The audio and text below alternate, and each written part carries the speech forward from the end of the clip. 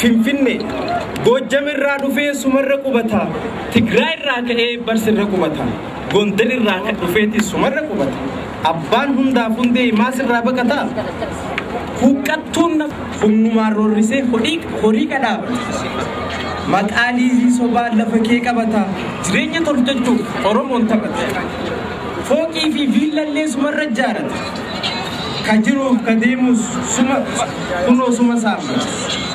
Yoo mara hin biyyaa Oromoon hiyyummaa mara Mirgi sadaloota kan ilma namummaa haqaaf dhugaa uummataa kan abbaa biyyummaa jaalala saboota cimina hawaasummaa hundeedhaan diiganii deebisuuf gabummaa uummataa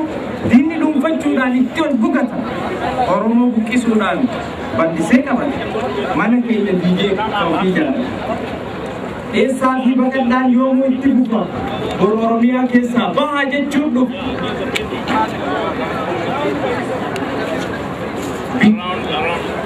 Laggeen dhanga barsaa kan tulluu gullallee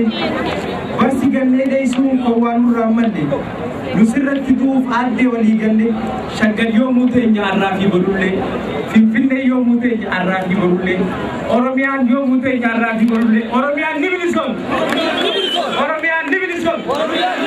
Oromiyaan dhiigee ilmaan isiitti ni bilisoomti ilmaan isiitti ni bilisoomti Oromiyaan dhiigee ilmaan isiitti ni bilisoomti addi bilisummaa Oromoo ni moo Abaon Nimo Abaon Nimo Abaon Nimo Abaon Nimo Abaon Nimo Abaon Nimo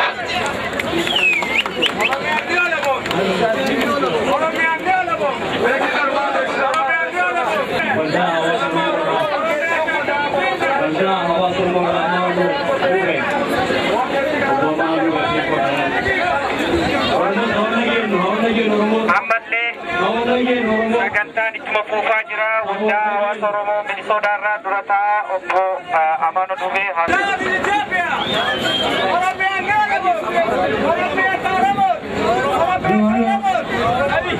Wadaana kennu